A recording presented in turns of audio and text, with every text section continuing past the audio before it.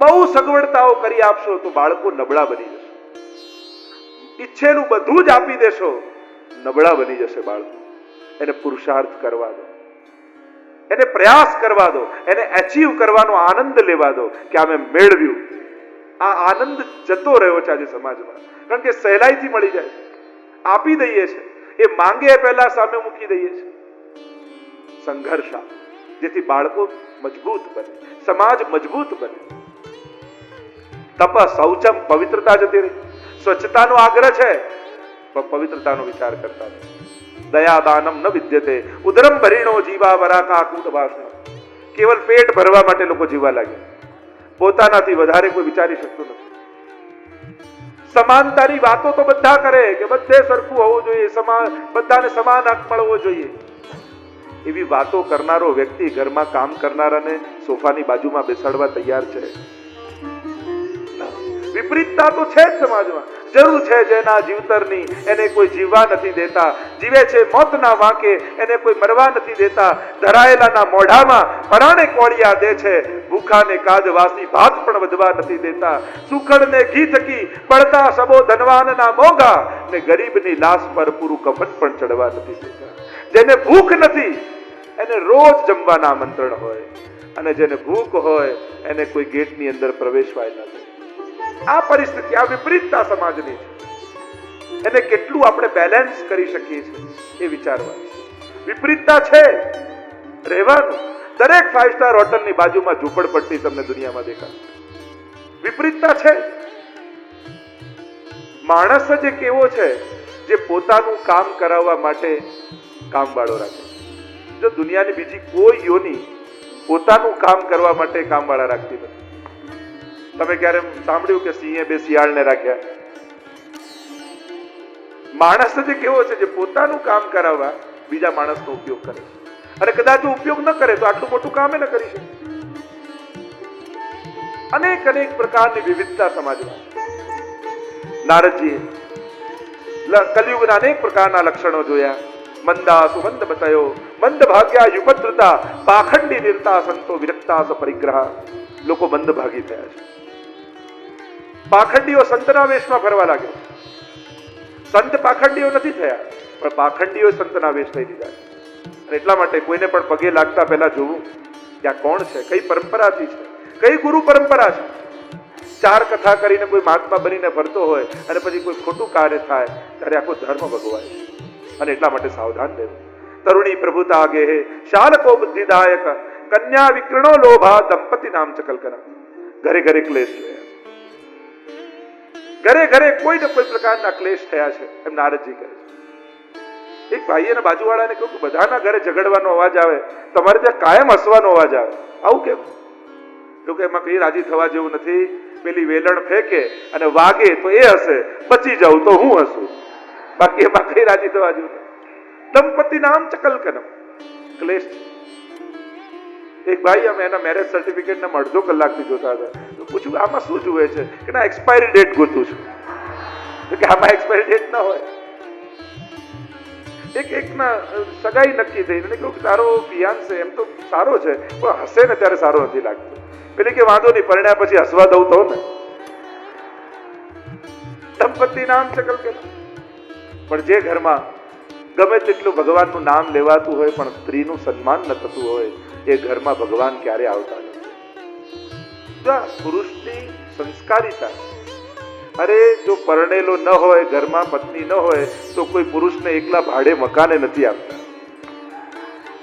એટલે એ સંસ્કારી છે એનું પ્રમાણ બહેનો હોય કે આ પુરુષ સંસ્કારી છે, તો કે આ પરણેલો છે કે એકબીજાના પૂરક છે. બંને 50%, 100% કોઈ હોતું નથી.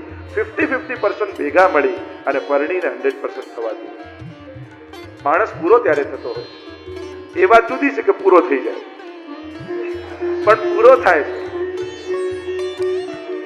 બંને એકબીજાના પૂરક છે.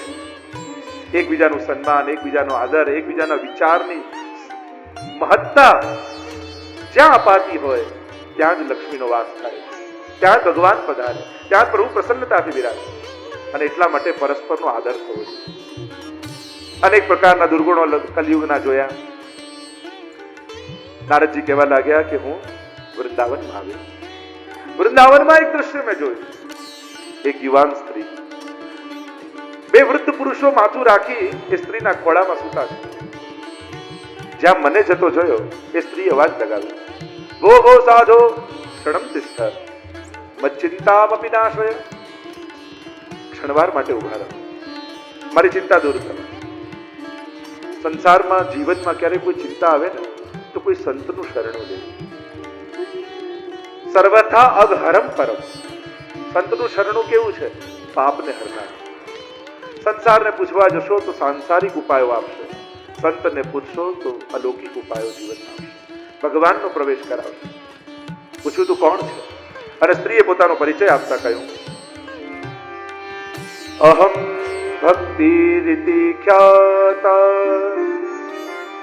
ઈમૌ મે તનયૌ મતૌ જ્ઞાન વૈરાગ્ય નામાનો કાલ યોગેન જર્જરૌ. અહમ ભક્તિ રીતિ ખ્યાતા, હું ભક્તિ છું. આ બંને વૃદ્ધ પુરુષો મારા પુત્રો છે. એક છે જ્ઞાન, બીજો છે વૈરાગ્ય. કાળના યોગને કારણે આ દશા મારી છે. ઉત્પન્ના દ્રવિડે સાહમ વૃદ્ધિમ કર્ણાટકે ગતા ક્વચિત ક્વચિત મહારાષ્ટ્રે ગુર્જરે જણતામ ગતા. ભક્તિએ પોતાનો પરિચય આપતા કહ્યું કે દ્રવિડ દેશમાં ઉત્પન્ન થઈ. જો આપણે ત્યાં જેટલા આચાર્યો થયા ને એ બધા દક્ષિણ ભારતમાં થયા, અને જેટલા ભગવત અવતારો થયા એ બધા ઉત્તર ભારતમાં થયા. દક્ષિણમાં ભક્તિનો ઉત્પન્ન થયો. ઉત્પન્ના દ્રવિડે સાહમ વૃદ્ધિમ કર્ણાટકે ગતા. કર્ણાટકમાં વૃદ્ધિ પામી, મહારાષ્ટ્રમાં પૂજાઈ, પણ ગુજરાતમાં આવીને હું ગરડી થઈ. હવે આવું કે તો ગુજરાતના લોકોને ગમે? ગુજરાતમાં આવીને ગરડી થઈ. એટલે ગુજરાતના સંતો મહાત્મા આચાર્યો અનેક અનેક અર્થો કરે. એક અર્થ એમ કર્યો જીર્ણતામ ગતા, એટલે રજે રજમાં વ્યાપ્ત થઈ ગઈ ગુજરાતમાં.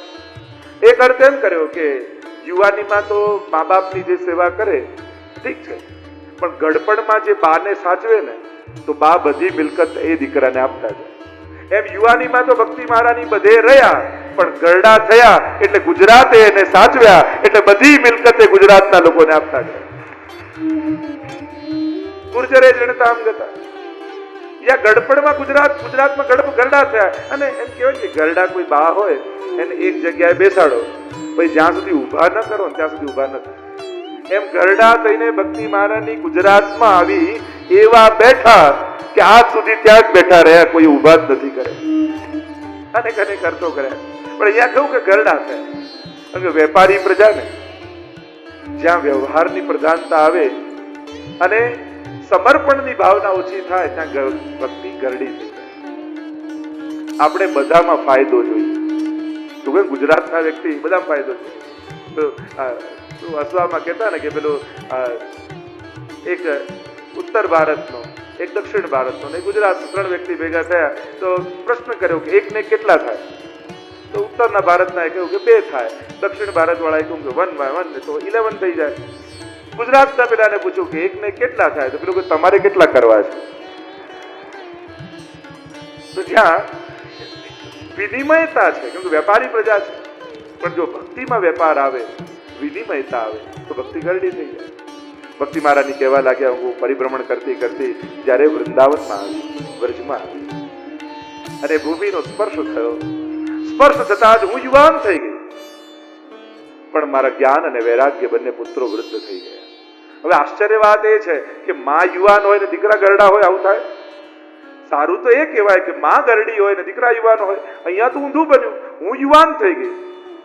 રાધે રાધે કરનારા બ્રજમાં બહુ મળ્યા, પણ જ્ઞાન અને વૈરાગ્યનો તો ત્યાંય કોઈ ગ્રાહક ન મળ્યો. પણ ભક્તિ પ્રસન્ન ત્યારે થાય જ્યારે જ્ઞાન અને વૈરાગ્ય યુવાન હોય. ભક્તિમાં જો જ્ઞાન અને વૈરાગ્ય ન હોય, અને જ્ઞાન એટલે શું?